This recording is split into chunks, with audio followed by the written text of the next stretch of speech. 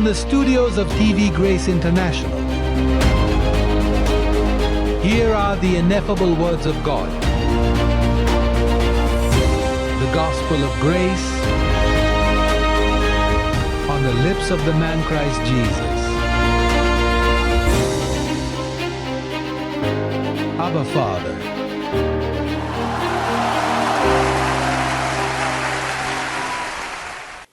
एक शब्द है, चलिए इसे एक खोखला शब्द कहते हैं, और मैं चाहता हूं कि आप इसे मेरे साथ पहचानें, क्योंकि मीडिया में इसका बहुत उपयोग किया जाता है और यह खतरनाक नुकसान पहुंचाता है, और दुनिया भर में सभी विश्वासी इसके शिकार हो रहे हैं। के लिए नहीं, मैं अच्छी तरह समझता हूं इसका अर्थ। आइए खोजें, आइए अब सर्वनाश की ओर चलें। आइए अध्याय 3 पर चलते हैं। प्रकाशित वाक्य का अध्याय 3 श्लोक 15।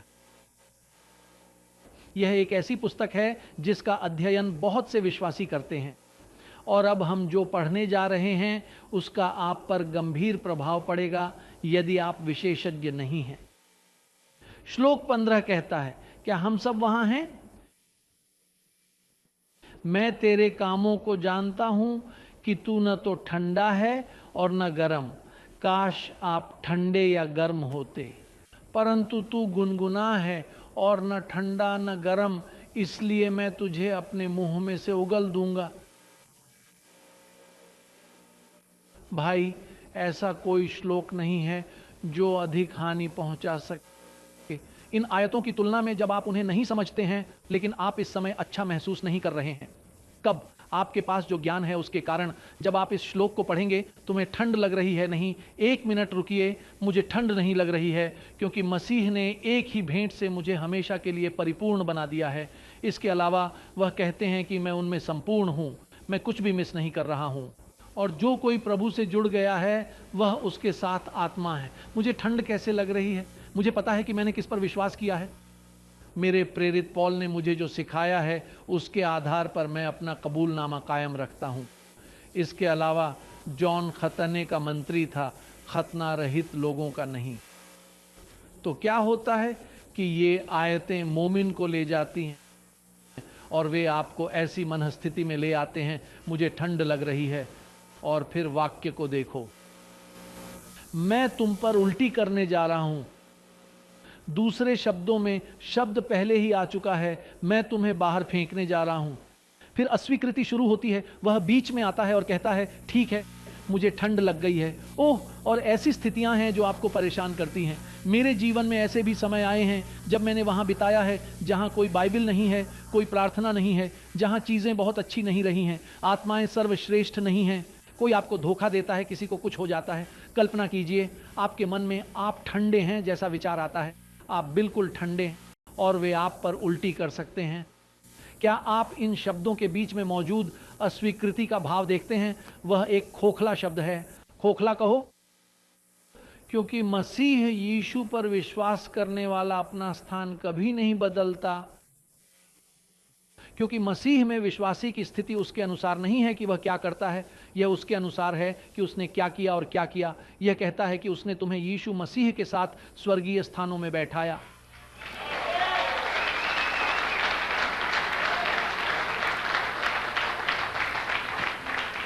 मैं आपको ये विवरण याद दिला रहा हूं ताकि आप उस पद के बारे में कभी कम न सोचें जो उन्होंने आपको दिया है। सूचना, नाजरेत के यीशु में परिवर्तन स्वर्ग के राज्य का प्रवेश द्वार नहीं है। जिस व्यक्ति का मेरी तरह धर्म परिवर्तन हुआ है, जरूरी नहीं कि उसने स्वर्ग के राज्य में प्रवेश किया हो। स्वर्ग का राज्य यहीं पृथ्वी पर है, यह कहीं आकाश में नहीं है। पौल यह कहता है, यह यहां है। जब वह कहता है, भाई तुझे राज्य विरासत में न मिलेगा, वह पृथ्वी पर राज्य के बारे में बात कर रहा है, क्योंकि पौल आज राज्य का प्रचार कर रहा था। उन्होंने मेरे साथ परमेश्वर के राज्य का प्रचार किया, क्योंकि यीशु मसीह ने कहा था कि राज्य निकट आ गया है। जब वह मर गया तो वह आ गया। और फिर क्या होता है? जब पौलुस उन दिनों बोलता था तो वह हमेशा कहता था, उनका पहले से ही नासरत के यीशु के साथ धर्म परिवर्तन हो चुका था। अब पुल पार करो, राज्य में जाओ। और राज्य क्या है? पुनर्जीवित। इसलिए कुरिन्थियों को लिखे दूसरे पत्र में देखें कि वह क्या कहता है। कुरिन्थियों को दूसरा पत्र अध्याय 1, कुरिन्थियों को दूसरा पत्र अध्याय 1। हमारा काम उनके लिए राज्य में प्रवेश करना है, क्योंकि यीशु में परिवर्तित होने का मतलब यह नहीं है कि आपने स्वर्ग के राज्य में प्रवेश किया है। यीशु में परिवर्तित होना एक अच्छा अनुभव है, परंतु आप यीशु के साथ क्या करते हैं, और इससे भी अधिक यदि आप उसके सुसमाचार को नहीं समझते हैं, आपको सच्चाई का पता नहीं चलेगा। इसके विपरीत यीशु मसीह को उनके सुसमाचार के बिना जानना एक शहादत है, क्योंकि सुसमाचार को न समझ पाने के कारण आप दोषी महसूस करते हैं, आप ठंडा महसूस करते हैं, आप गर्म महसूस करते हैं, आप गुनगुना महसूस करते हैं। देखिए अध्याय 1 श्लोक 15 क्या कहता है। इसी विश्वास के साथ मैं सबसे पहले आपके पास जाना चाहता था, ताकि आपके पास क्या हो? 1 सेकंड, क्या? क्योंकि आपके लिए परिवर्तन करना पर्याप्त नहीं है, आपको दूसरी कृपा की आवश्यकता है। और दूसरा अनुग्रह ग्रोइंग इन ग्रेस मंत्रालय द्वारा प्रदान किया जाता है। आपके साथ भी यही हुआ। आप ऐसा क्यों कहते हैं? अरे ये मुझे अलग लगता है, क्योंकि आपकी आत्मा पहले से ही उस दूसरे अनुग्रह में प्रवेश करने की प्रतीक्षा कर रही थी। इसीलिए सिस्टम कहता है, अच्छा उनके पास क्या है, वे अलग अलग क्यों बोलते हैं, वे अजीब बातें क्यों करते हैं? क्योंकि आपने दूसरी कृपा में प्रवेश किया है। पहली कृपा तब हुई जब आपको पता चला कि आप ईश्वर की संतान हैं, जहां आपको ईश्वर को खोजने की चिंता थी। दूसरी कृपा तब होती है जब समझ की आंखें आपको प्रबुद्ध करती हैं और आपको पता चलता है कि आप दुनिया की स्थापना से पहले चुने गए एक पूर्व निर्धारित व्यक्ति हैं। आपके साथ भी यही हुआ। कहो, एक दूसरी कृपा, दूसरे अनुग्रह में भाग लेना कितना अद्भुत है। हमारी चुनौती क्या है?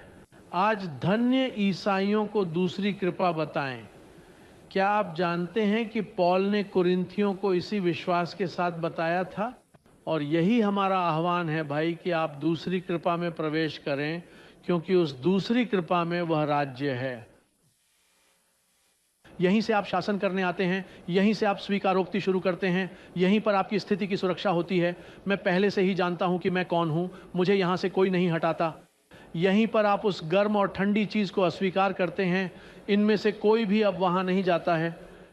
यही हमारा आह्वान है। ग्रोइंग इन ग्रेस के शैक्षणिक केंद्रों को बुलाया जाता है। दूसरे शब्दों में, दुनिया भर में मैं जो करता हूं वह विश्वासियों को बचाता है, उन्हें उस दूसरे अनुग्रह में लाता है। यही हमारा उद्देश्य है, इसलिए आपको इसमें सहयोग करना होगा। क्या आप नहीं देखते कि कुरिन्थवासी उस दूसरे अनुग्रह में प्रवेश न करके असफल हो गए? देखो देखो, ये अध्याय 13 श्लोक 4 और 5 में कैसे कहता है। कुरिन्थियों को लिखे दूसरे पत्र का अध्याय 13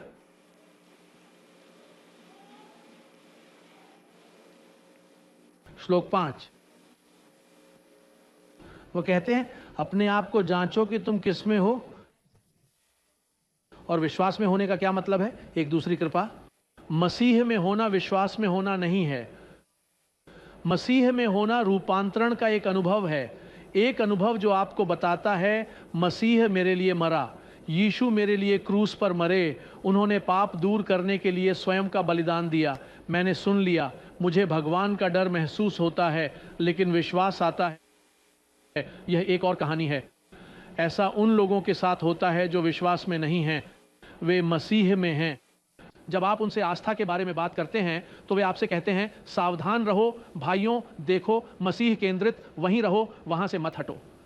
वे नहीं जानते कि हम जो कर रहे हैं वह उन्हें विश्वास की ओर ले जा रहा है। पौलुस को कुरिन्थियों से कहना पड़ा, अपने आप को जांचो कि तुम विश्वास में हो, क्योंकि तुम मसीह में हो। क्योंकि पौल को उस चर्च से यह क्यों पूछना पड़ा कि क्या वे विश्वास में थे? मैं कल्पना करता हूं कि उन्होंने क्या कहा, लेकिन आप क्या उम्मीद करते हैं? खैर, यदि हम ईसाई हैं तो निसंदेह हम वहां हैं। नहीं नहीं नहीं, मैं ईसा मसीह के बारे में बात नहीं कर रहा हूं, मैं दूसरी कृपा की बात कर रहा हूं। सभी देशों से मेरा यही प्रश्न है, हे धन्य है तू जो मेरी सुनता है, क्या तू विश्वास में है? ठीक है, निश्चित रूप से हां, अगर मैंने मसीह को उद्धारकर्ता के रूप में स्वीकार किया। नहीं, मैं उस बारे में बात नहीं कर रहा हूं। क्या आपने अनुग्रह के सुसमाचार में प्रवेश किया है? जो आपको विश्वास में रखता है, आपके विश्वास में नहीं। क्योंकि वहां अब भी ऐसे लोग हैं जो कहते हैं भाई मुझे विश्वास है, देखो मुझे एक विश्वास है, लेकिन ये आपके विश्वास के बारे में बात नहीं कर रहा है, वह विश्वास यीशु मसीह में ईश्वर के उपहार के बारे में बात कर रहा है। तुम्हारा विश्वास बेकार है, इसे आजमाएं ताकि आप देख सकें कि यह काम नहीं करता है। आपका विश्वास आपको कहीं नहीं ले जाता। क्या आपने उन लोगों से बात की है जो आपसे कहते हैं देखो मुझ में विश्वास है, देखना मुझे अंधविश्वास है, वह बहुत अंधी है, आपने देखा नहीं है, देखो जब मैं छोटा था तभी से मुझ में आस्था रही है, देखो मैं मम्मा।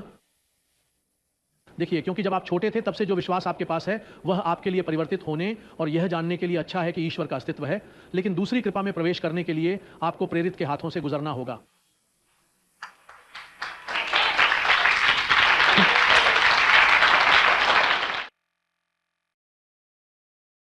देखिए कुरिन्थियों अध्याय 11 के दूसरे पत्र में यह क्या कहता है, श्लोक 1।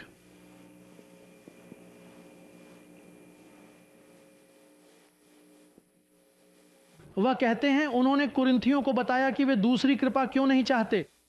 क्या तुम नहीं देखते कि ये पतरस के चेले और प्रेरित थे? प्रेरितों के पास आपको मोहित करने की क्षमता थी ताकि आप मसीह के साथ बने रहें, ताकि आप विश्वास में ना आए। हां, प्रेरित यह कहने में निपुण थे कि वह तुम्हारे लिए मरा, ठीक है, बहुत हो गया, मुझे पता है। नहीं, लेकिन वहां से हटे नहीं, मसीह केंद्रित बने। ठीक है, मैं मसीह में हूं, आपकी समस्या क्या है? मुझे दूसरे अनुग्रह में प्रवेश करने दो। नहीं, मसीह से मत हटो। लेकिन अगर विशेषज्ञ वास्तुकार पाब्लो मुझे थोड़ा आगे बढ़ने के लिए आमंत्रित करें तो क्या विचार है? देखिए कौन सा श्लोक कहता है। वह कहता है काश तुम मेरा थोड़ा सा पागलपन बर्दाश्त कर लेते। हां, मेरे साथ रहो, क्योंकि परमेश्वर की जलन के कारण मैं तुम्हारे लिए जलता हूं, क्योंकि मैंने तुझे एक ही पति से ब्याह दिया है कि तुझे शुद्ध कुंवारी होकर मसीह को सौंप दूं। देखो पाब्लो क्या करना चाहता है। पौल कहते हैं देखो मैंने पहले ही उन्हें नासरत के यीशु से तलाक दे दिया है और अब मैं आपके सामने प्रस्तुत कर रहा हूं एक नया पति। मैं तुम्हें एक नए पति से क्यों मिलवाना चाहती हूं? आपको एक शुद्ध कुंवारी के रूप में प्रस्तुत करने के लिए, ताकि आप देख सकें कि आपकी आत्मा को शैतान ने कभी नहीं छुआ था, ताकि आप देख सकें कि आपकी आत्मा बिल्कुल यीशु मसीह की तरह है, ताकि आप देख सकें कि मसीह आपका औचित्य है। क्या आप जानते हैं कि शुद्ध वर्जिन क्या होता है? जिसे छुआ न गया हो। और तुम्हारी आत्मा भी वैसी ही है। आपकी आत्मा को शैतान ने कभी नहीं छुआ है।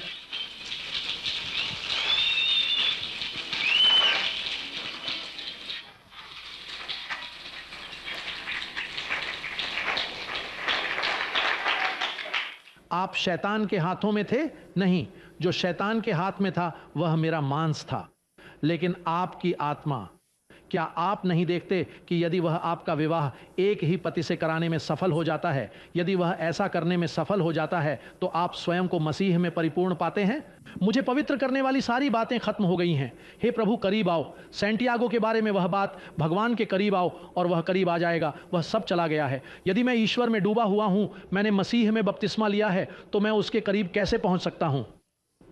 मैं मसीह को छोड़ूंगा या नहीं, इसके बारे में वे बातें खत्म हो गई हैं। देखो तुम गिरे, मैं कहीं ना उठा तो कहां, मैं उसमें संपूर्ण हूं। यदि मैं गिरता हूं तो मसीह मेरे साथ गिरता है। देखो ये आवारा है, कहां से भटक गए। यदि तू शुद्ध कुंवारी है, तुझ में कोई दोष नहीं, तेरी आत्मा में कोई बुराई नहीं। अपनी आत्मा में आप बिल्कुल यीशु मसीह के समान हैं। धर्म का संबंध देह से है भाई।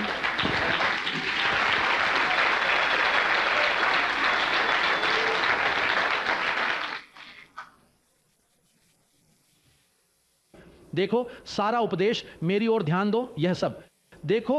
उपदेशक चाहे कितना ही अच्छा उपदेश दे, चाहे कितनी ही शांति से समझाए, वे सब तुम्हारे शरीर से संबंधित हैं। भाई देखो, खूब कोशिश करो भाई, सावधान रहना भाई। देखो तो अरे क्या आप जानते हैं कि 20 साल का सावधान रहें, दृढ़ रहें, यह दृढ़ नहीं है, सावधान रहें। देखें आप ठंडे हो जाते हैं, आप गर्म हो जाते हैं। अरे उन्होंने आपको ऐसी असुरक्षा की स्थिति में डाल दिया है जिसका आपको पता भी नहीं चलता। अब पौलुस कहता है देखो मेरे साथ पागलपन सहन करो। अरे देखो तुम इस पागलपन से बच गए, उपदेश देने के पागलपन के कारण। देखिए जिस पागलपन का हम प्रचार करते हैं वह यह है कि हम हर सिद्ध पुरुष को एक शुद्ध कुंवारी के रूप में प्रस्तुत करते हैं। हम उस व्यक्ति से कहते हैं जो बुरे समय से गुजर रहा होगा, हम कहते हैं देखो धन्य हो, अपने अंदर देखो। आप लंबे समय से खुद को बाहर से देख रहे हैं, यहीं से जटिलताएं, अस्वीकृतियां, स्थितियां पैदा होती हैं। क्या आप नहीं देखते कि सभी मंत्रालय आपके शरीर के साथ, आपके मांस के साथ, बाहरी हिस्से के साथ काम करते हैं? आइए शिविर से बाहर निकलें, वहां से निकलें, शिविर से बाहर निकलो और अपने आप को वैसे ही देखना शुरू करें जैसे ईश्वर आपको देखता है, मसीह में एक शुद्ध कुंवारी के रूप में। देखो पाब्लो समझाओ, उसे अब यह समझ नहीं आया कि इसे कैसे समझाया जाए। रोम में देखो उसे क्या कहना था, रोमियो 7:1, मैंने नहीं कहा 7:4, मैंने कहा 7:1। इन छंदों का उपयोग परामर्शदाताओं द्वारा जोड़ों को सलाह देने के लिए किया जाता है और वहाँ से वे पिता, माता और सभी को व्यभिचारी कहते हैं। लेकिन पौल जिसके बारे में बात कर रहा था वह पति, वह यीशु मसीह था। वह कहती हैं मैं उन्हें एक ही पति का परिचय देना चाहती थी और इसलिए उन्होंने इसे विवाह से ली गई एक सादृश्य के रूप में प्रस्तुत किया। आपकी आत्मा के साथ क्या हुआ यह बताने के लिए उन्होंने विवाह का उदाहरण लिया। देखो पद 1 कहता है, हे भाइयों क्या तुम नहीं जानते, क्योंकि मैं व्यवस्था के जानने वालों से कहता हूँ कि व्यवस्था मनुष्य पर तब तक प्रभुता करती है जब तक वह जीवित रहता है, क्योंकि विवाहित स्त्री कानून के अनुसार अपने पति के जीवित रहते ही उसके अधीन रहती है। लेकिन अगर पति मर जाए तो वह किससे मुक्त होगी? पति के कानून का। अतः यदि वह अपने पति के जीवन काल में ही किसी अन्य पुरुष से जुड़ जाती है तो उसे व्यभिचारिणी कहा जाएगा, परंतु यदि उसका पति मर जाता है तो वह उस कानून से मुक्त है, ताकि यदि वह दूसरे पति से मिल जाए तो व्यभिचारी न हो। देखो मेरी ओर ध्यान दो, क्योंकि पौल इसे तुम्हें आत्मा में लाने के लिए एक सादृश्य के रूप में उपयोग कर रहा है। लेकिन आज जिन लोगों के पास समझ नहीं है, ठीक है, वे कहते हैं भाई आप दोबारा शादी नहीं कर सकते, लेकिन मेरा पति शैतान है, वह महिला है, देखो तुम ऐसा नहीं कर सकते।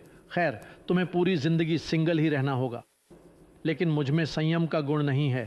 खैर सहन करो, दोनों में से एक या बधिया करना। क्योंकि यहां यह कहा गया है, लेकिन वही लोग हैं जो कानून जानते हैं। यहां कहा गया है कि यदि वह जीवित है और तुम विवाह करते हो तो तुम व्यभिचार करते हो, लेकिन पौल उस बारे में बात नहीं कर रहा था। पौल नाजरेत के यीशु के बारे में बात कर रहा था, पहला पति जो मर गया और अब तू दूसरे की हो गई है जो तुझसे विवाह करना चाहता है और उसका एक ही पति है। अब मैं इसे तुम्हें सिद्ध करता हूं। श्लोक 4 को देखो, वह कहता है वैसे ही है मेरे भाइयों, तुम मसीह अर्थात यीशु नासरत की देह के द्वारा व्यवस्था के लिए मर गए कि दूसरे के हो जाओ, अर्थात जो मरे हुओं में से जी उठा कि हम परमेश्वर के लिए फल ला सकें। मैं उन सभी बकवासों को पसंद करूंगा जो वे पादरी करते हैं। भाई यहां कहा गया है कि यदि आप दोबारा शादी करते हैं तो आप व्यभिचार में हैं। अरे वे एक तरफ जाते हैं और पाब्लो दूसरी तरफ।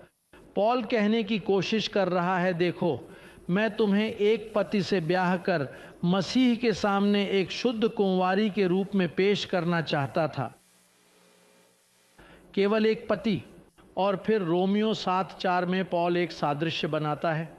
देखिए जिस तरह कानून कहता है इसी तरह भाइयों अब आप पुनर्जीवित मसीह से विवाह करने के लिए स्वतंत्र हैं। नाजरेत के यीशु को छोड़ दो क्योंकि वह पहले ही मर चुका है। सुनो, ऐसे पादरी हैं जो नाजरेत के यीशु को जाने नहीं देना चाहते। वे 2 पति चाहती हैं, वह आध्यात्मिक व्यभिचार है। कल्पना कीजिए। और फिर तो उनके पास एक पेंटिंग में नाजरेत के यीशु हैं। वह वही था जो मेरे लिए मर गया, और ईस्टर के दौरान उनके पास यह वहां होता है और वे उसकी आराधना करते हैं। यह सुनो, आत्मा का दूषित होना, मन में का तुम्हें हटाना होगा नाजरेत के यीशु को, क्योंकि तुम उसे कांटों से भरा हुआ देखते हो, इसलिए छोटे बच्चे को सूली दिखा रहे हैं। यह खतरनाक है क्योंकि आप उसकी आत्मा को दूषित करते हैं। क्या आप नहीं देखते कि यीशु परमेश्वर है? इसलिए ईश्वर को हार के रूप में प्रस्तुत करने से आपकी आत्मा दिशाहीन हो जाती है। उन्होंने मेरे परमेश्वर को क्रूस पर चढ़ाया और वह शरीर था। सो हे भाइयों, तुम भी पुल के द्वारा मसीह की देह के द्वारा व्यवस्था के लिए मर गए कि दूसरे के हो जाओ और एक ही पति से ब्याह करो।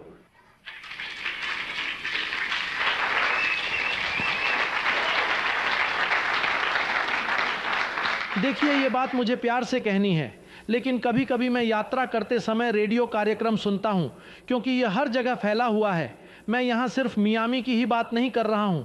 आप उन्हें यह कहते हुए सुनते हैं, नाजरेत के यीशु के नाम पर भाई, नाजरेत के यीशु के नाम पर मैं तुम्हें स्वतंत्र घोषित करता हूं, मैं तुम्हें स्वतंत्र घोषित करता हूं। देखिए देखिए, मुझे इस पर दुख होता है क्योंकि नेक इरादा है, लेकिन वे जो मर गया उसके नाम पर प्रार्थना कर रहे हैं, जो रहता है उसके नाम पर नहीं। भाई देखो, यदि आपकी दूसरी शादी है,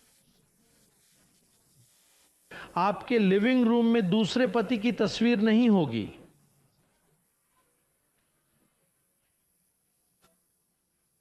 मेरा मतलब है, जब शादी टूट जाती है और फिलहाल आप किसी दूसरे आदमी से शादी करती हैं जिसके साथ आप सोचती हैं कि आप फिर से शुरुआत कर सकती हैं, एक अधिक वास्तविक चरण अपने जीवन का पुनर्निर्माण कर सकती हैं। यदि आपके पास उसकी कोई बहुत बड़ी तस्वीर हो, उसे दे दो या मां को भेज दो, क्योंकि जो नया पति आएगा वह तुमसे कहेगा, अरे मेरा नाम बताओ।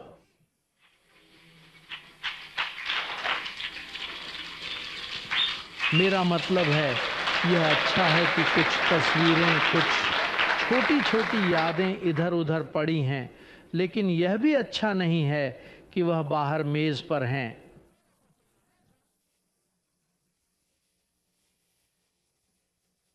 क्योंकि वे तुम्हें ईर्ष्यालु बनाते हैं।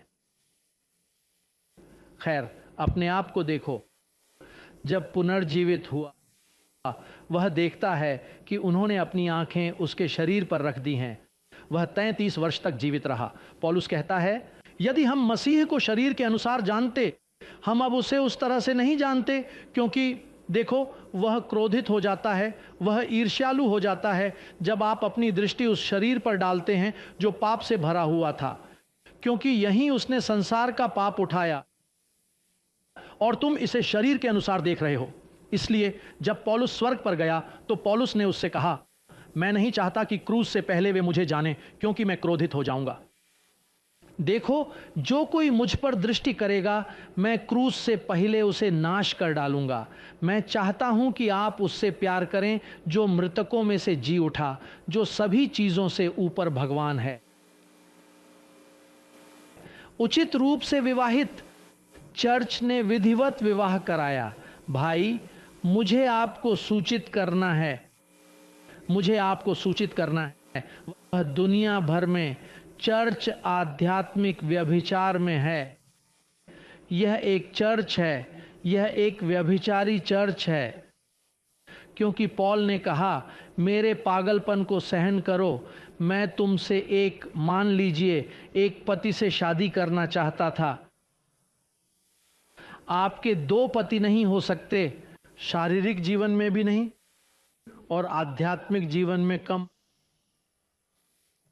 क्योंकि यहां दूसरा पति तुम्हें ले जाकर गोली मार देता है, और आध्यात्मिक जीवन में प्रभु तुम्हें ले जाते हैं और स्वर्गदूतों से कहते हैं, उनकी सेवा मत करो, चीजों को बद से बदतर होने दो। अरे, क्या तुम मुझे समझते हो? समझ गए आप? यदि आप समझ गए हैं, धन्य हैं। मुझे नहीं पता कि मैं आपके साथ क्या करने जा रहा हूं, लेकिन आप बहुत धन्य हैं। देखो, यदि तुम मेरे कहे हुए इन वचनों को समझ गए हो, तो तुम धन्य हो कि तुम इन वचनों को समझ गए हो। सौभाग्यपूर्ण वह। यदि तुम समझ गए हो तो तुम मुझ पर अपना जीवन एहसानमंद हो। जब आप दरवाजे से बाहर निकलते हैं तो वे आपको बिल देते हैं, मुझे तुमसे प्यार है, बाएं, बाद में मिलते हैं। हम खड़े रहेंगे और अपने बगल वाले से कहें, विधिवत विवाह, विधिवत विवाह। चर्च के लिए केवल एक पति।